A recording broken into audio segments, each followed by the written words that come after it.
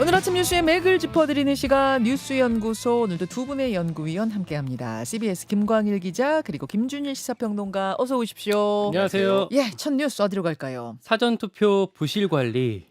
그러니까요. 제가 오프닝에서도 소개했습니다만 어이없는 일이 잇따라 발생했어요. 네, 그러니까 지난주 목요일 날 신촌에서 투표용지 들고 밖으로 나오고 심지어 식당까지 갔다 오고 이런 일이 있었다라고 저희가 금요일 날 전해드렸었잖아요. 예. 그랬는데 금요일, 그러니까 이틀째 사전투표에서도 문제가 발생했습니다. 사전투표함에서 작년 22대 총선 투표용지가 발견된 경우가 있었어요. 맞아요. 경기도 김포 그리고 부천 이렇게 각각 한 장씩 발견이 됐고요. 네. 선관위는 이게 지난번에 총선 개표했을 때 이 용지들이 누락된 걸로 보고 사실관계를 파악 중이다, 이렇게 밝히고 있습니다. 그러면은 그 당시에 투표함에 넣은 그 투표용지가 그 당시에 집계가 됐었어야 되는데 누락됐다는 얘기잖아요. 최소 두 장은. 그랬을 가능성이 있는 거죠. 아. 그래서 지난번 선거까지도 좀 관리 문제에 어떤 문제가 발생했다, 이렇게 볼 수가 있을 것 같고요. 네.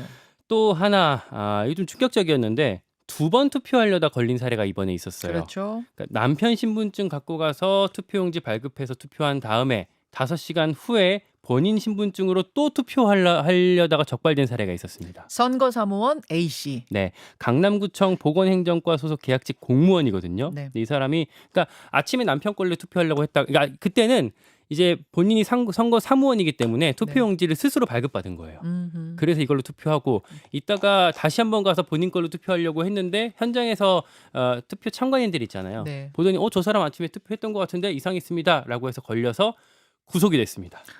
그러니까 이게 진짜 이거는 너무 어이가 없는데, 그 사람이 구속이 되면서 기자들한테 답한 걸 보니까 진짜 몰라서 그랬다. 이렇게 해도 되는 줄 알았다. 근데 이 사람이 지금 선거 사무원이잖아요. 그러니까요. 본인 말로는 그렇다고 하는데 선거 사무원이고 원래 계약직 공무원이거든요. 예. 그 말을 어떻게 다 믿을 수 있을지 수사 상황 좀 지켜봐야 될 것 같습니다. 예.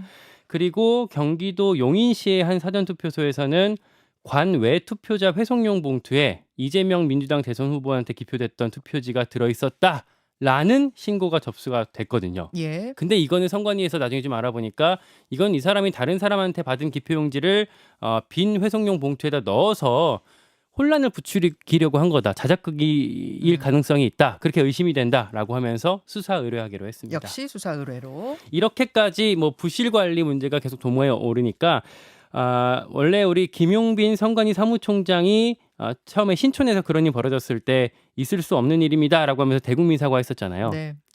이제는 아예 노태학 중앙선거관리위원장이 국민 여러분께 진심으로 송구의 말씀을 드립니다. 선거 절차가 마무리되는 대로 문제 원인과 책임 소재를 밝혀서 엄정한 법적 절차를 밟도록 하겠습니다라고 재차 사과 의사를 밝혔습니다. 음모론이 또 사실 이러다 보니까 자꾸 돌고 있는데, 그 여러 음모론 중에 제일 큰 거 하나가 네. 이게 있었어요. 전북 부안군 행안면의 인구 수가 사전 투표자 수보다 많다. 죄송합니다. 인구 수보다 사전 투표자 수가 더 많다라는 음모론이 돌았거든요. 그 말은 투표율이 100%가 넘는다는 말인데. 예. 이거는 그냥 팩트 체크 금방 할 수 있는 거잖아요. 네, 바로 선관위에서 팩트 체크를 했습니다. 예. 전혀 사실이 아니고, 그 주소지 밖에서 투표하는 게 관내 선거인이 있잖아요. 예. 그러니까 관내 선거인 중에서, 그러니까 부안군 안에 살고 있는 선거인 중에서 행안면 사전투표소에서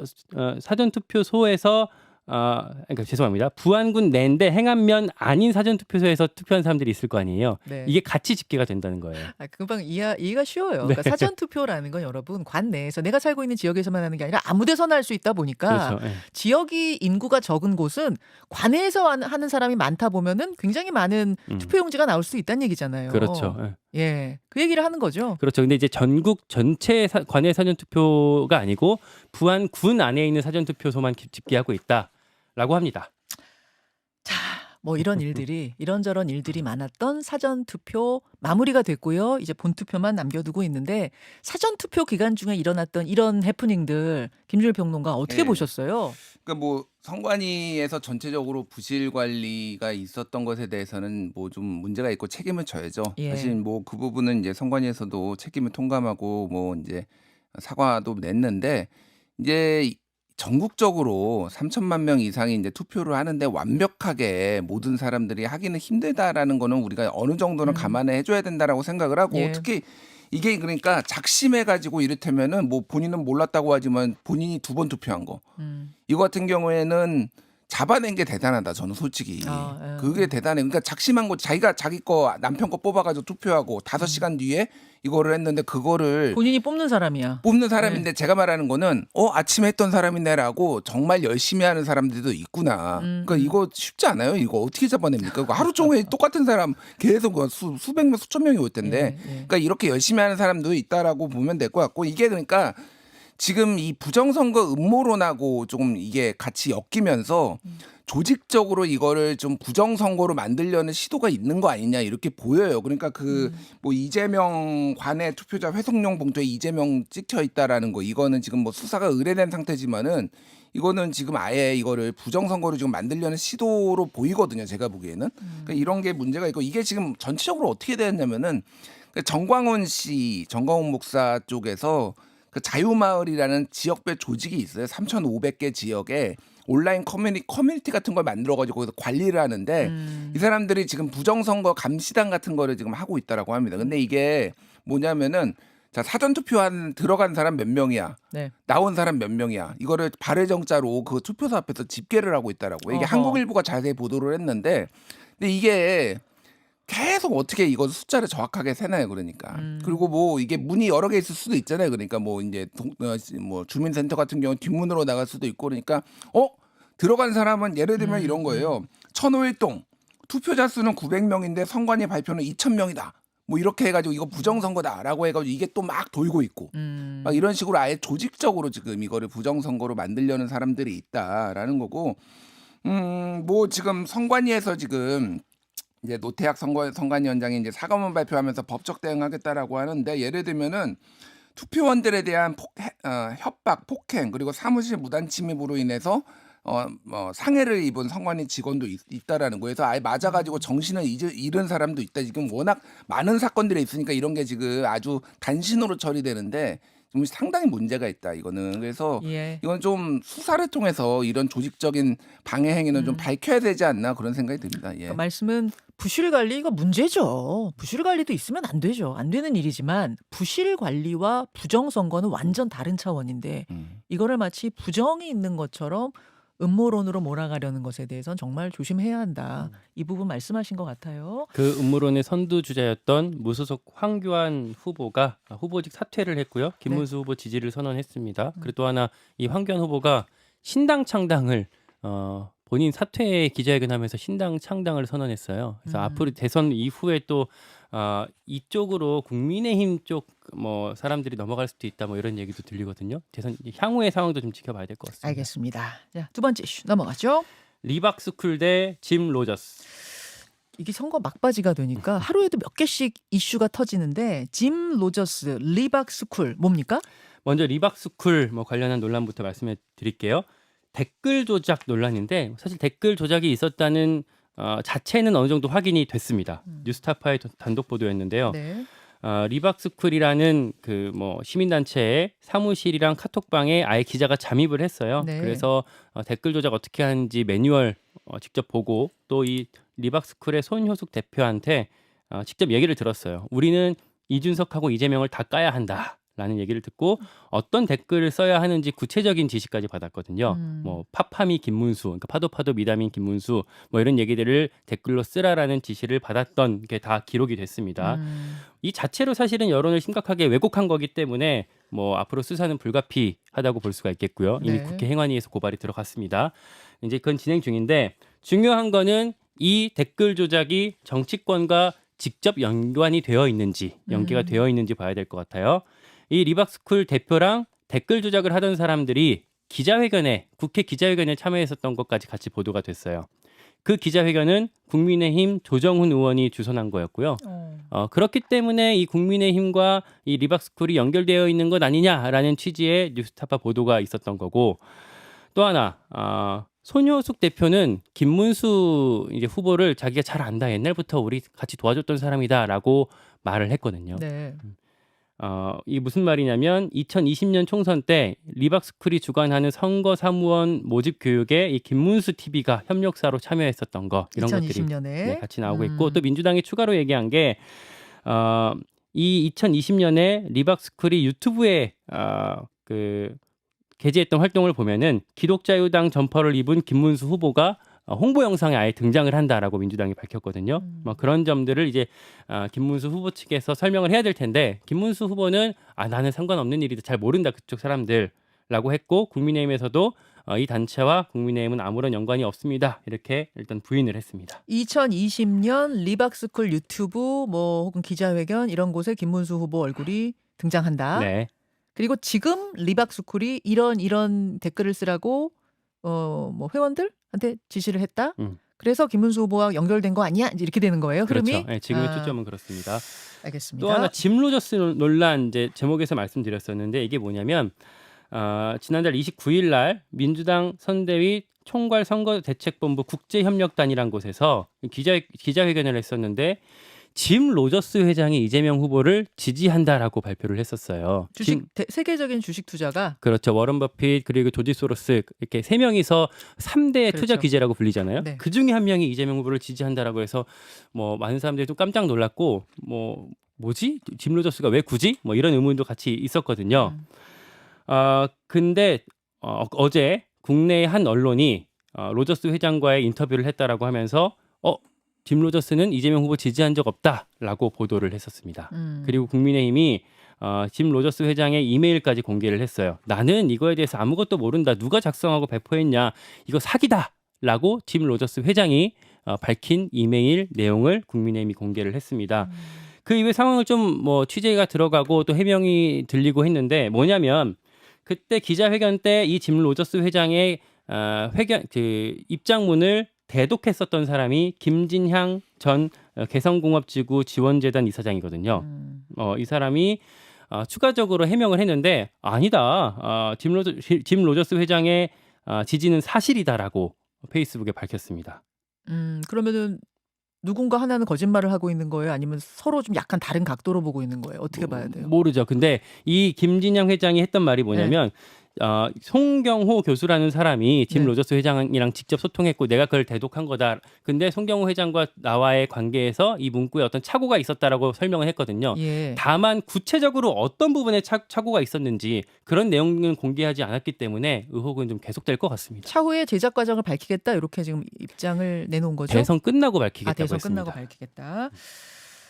김수희 평론가 네. 이 막바지가 되니까 뭐 리박스쿨, 뭐 짐 로저스, 그 앞에는 이제 유시민 작가 발언, 뭐 이준석 후보 TV 발언 계속 터집니다. 예, 뭐 이제 선거 막판이 되면은 네거티브, 그러니까 이제 막 이렇게 나오는 거는 뭐 아주 자연스러울 때보다는 많이 봐왔던 건데 먼저 이제 짐 로저스는 이거 언제적 짐 로저스냐 그 생각이 들어요. 사실은 이 사람이 뭐 지지 선언을 하든 말든 이게 그 기억하실지 모르겠는데 외환위기 오고 김대중 대통령이 짐 로저스 만나가지고 외환위기 극복하겠다 이게 이제 벌써 거의 30년 가까이 28년 된 분이거든요. 그러니까 글쎄 뭐 짐 로저스가 지지를 한다라고 해서 뭐 더 하실 분이 있는지 모르겠는데 어쨌든 죄송합니다. 어쨌든 민주당에서 이거를 제대로 검증을 안 하고 한 거는 문제가 있다. 뭐 그렇게 봐야 될 거야. 이거는 이제 개성공단을 다시 활성화하기를 원하는 사람들이 주축이 돼가지고 했거든요. 개성공단 전 이사장인 예, 거죠. 예. 저 지지 선언을 가지고 온 분, 전달한 분. 예. 그러니까 이게 그러니까 좀 공을 세우기 위해서 지금 캠프가 있으면 예를 들면 김대남 전 행정관 국민의힘에서 이제 용산에서 있었던 사람도 데려오고 뭐 이런 류의 일들이 이제 많은 건데 이거는 좀 민주당에서 죄송합니다. 성찰해야 될 것 같고 그러니까 리박스쿨은 조금 제가 부연 설명을 드리면은 리박스쿨이 있고 늘봄학교가 있는데 이게 조금 어떻게 연결이 되냐면은 리박스쿨은 이승만 박정희 스쿨이에요. 쉽게 얘기를 하면. 리박 앞글자 따서. 예. 그래서 우리나라 이제 교육 소위 말해서 좌파들한테 지금 교육 이 투쟁에서 밀리고 있다. 그래서 이승만과 박정희가 얼마나 훌륭한 대통령인지를 우리가 적극적으로 알려야 된다라는 거에서 이게 2020년 즈음에서 이제 만들어져 가지고 이미 연원이 몇 년이 된 단체예요. 시민단체 같은 거예요. 시민단체인데 여기서 주로 하는 게 이제 네. 청소년에 대한 교육이 있고 있는데 여기에 불법적으로 이제 선거에 대해서 뭐 댓글을 단다든지 뭐 이런 것들이 있는 거 아니냐라는 의혹이 있는 거고 이게 늘보막교랑 어떻게 연결이 되냐. 늘보막교 모르시는 분들이 있어서 말씀드리면은 윤석열 대통령이 만든 거예요. 뭐냐면은 초등학생 방과 후 학교 교실이 있잖아요. 네네. 그러니까 애들 수업하고 이제 그 방과 후 교실이 소액이지만은 돈을 내야 돼요. 뭐 컴퓨터도 배우고 뭐 댄스도 배우고 막 이런 거 체육도 배우고 이런 거잖아요. 방과 후 예, 학교가. 방과 후 그 교실 강사가 있잖아요. 그러니까 네. 그런 분들도 다 자격이 있는데 리박스쿨에서 이거를 수료를 하면은 이 늘보막교 자격증을 매우 쉽게 준다라는 거예요. 그래서 쉽게 받았습니다, 실제. 그래서 이게 연결이 된 거예요. 그래서 늘보막교랑. 수료를 하면 예, 예. 누가 수료를 하면? 그러니까 뭐 원하는 사람이죠. 그래서 뭐 이를테면은 그 뉴스타파가 이거를 지금 잠임 르뽀에서 했는데 예. 가자마자 이렇게 뭐 받았다라는 거예요. 그러니까 늘보막 근데 늘보막교를 하고 싶어하는 사람이 많을 거 아니에요. 그러니까 이게. 강사 자격증 말씀하시는 강사 거죠? 자격증이요. 늘보막교 강사 자격증을 그러니까 이게 이런 식으로 모객을 한 거예요. 그러니까 그런데 여기에 있는 내용들이 상당수가 이를테면은 부적절한 내용이고 소위 말하는 보수 기독교의 메시지들. 약간 뭐 정광훈 극우? 유해 예. 예, 이런 것들이 조금 많이 유입이 돼가지고 굉장히 부적절하게 초등학생들이나 아하. 이런데 강의가 돼 왔다라는 거고 그게 선거까지 연결이 됐다라는 건데 이게 이제 민주당에서는 뭐 이게 김문수 후보랑 지금 연결이 돼 있다라고 주장을 해요. 예를 네. 들면 2020년 리박스쿨이 이제 했는데 그 영상에서 보면은 기독자유통일당 점퍼를 입은 김문수 후보가 등장을 해가지고. 그들하고 같이 뭐 이렇게 했다라든지 이런 거를 뭐 이제 주장을 하는데 직접적으로 연결이 됐는지는 모르겠으나 어쨌든 이쪽에서 많이 주축이 돼가지고 해왔던 거는 사실이니 과거에 자유통일당에 몸을 담았으니 뭐 이렇게 연결된 좀 거 연결을 아니냐. 된 거 아니냐 이렇게 이제 하고 있는 거죠. 그러니까 어쨌든 뭐가 됐든 지금 교육계는 난리가 났습니다. 교육계는 난리가 났고 이게 그러니까 취지는 어쨌든 방과 후 교실을 낼 만한 돈이 없는 사람들한테 하려고 한 건데 내용이 결과적으로 이렇게 됐으면은 이거는 전면 재검토해야 되는 거 아니냐. 그리고 김문수 후보는 지금 돌봄학교를 더 늘려야 된다라고 주장을 해서 그 알고 한 거 아니냐 뭐 이런 식으로 민주당 쪽에서 공격하고 있는 이런 상황이에요. 그렇군요. 자, 리박스쿨 이슈도 상당히 커졌는데 이 이야기는 잠시 후에 민주당 선대위원장 또 국민의힘 선대위원장 오늘 인터뷰가 다 준비되어 있으니까요. 양쪽의 입장 좀 들어보기로 하고 다음 이슈 넘어갑니다. 5호선 화재 참사 막았다. 5호선 방화 사건 참 아찔했습니다. 네, 그러니까 지난달 31일 그저께 토요일이었죠. 네. 토요일 오전 8시 43분쯤에 서울 지하철 5호선 여의나루역을 출발해서 마포역 방향으로 달리던 열차 안에서 방화 사건이 발생을 했어요. 예. 60대 남성이 인화물질로 옷가지를 태우면서 이제 방화를 했고 그러면서 이제 화재가 됐는데요. 사실은 이게 많은 사람들이 지금 이제 바라보기로 예전에 대구 지하철 참사 이거 혹시 반복됐을 수 큰일 있을 날 만한 뻔했어요. 큰 사고였는데 일단은 막았습니다. 그때는 사실 기억 못 하시는 분들이 있으실까 봐 2013년에 있었던 대구 지하철 화재가 지하철 12량이 다 불타고 승객 192명이 숨졌었거든요. 네. 근데 이번에는 승객 400명 중에서 23명이 연기를 마시는 정도 가벼운 부상을 입고 어떤 사상자가 발생하지는 않았습니다. 그때랑 지금이랑 달랐던 이유 첫 번째로는요. 객실 내장재를 불에 잘 타지 않는 불연성, 난연성 소재로 다 바꿨다는 점. 그때 유독 물질이 다 나오면서 금방 사람들이 숨졌던 사건이었었잖아요. 근데 이번에는 그런 참사를 막았던 점이 한 가지가 있고요. 또 하나가 이게 저희 CBS에서 단독 보도를 한 건데 이 기관사 A씨 28년차 베테랑 기관사 A씨가 이 지하철을 몰고 있었거든요.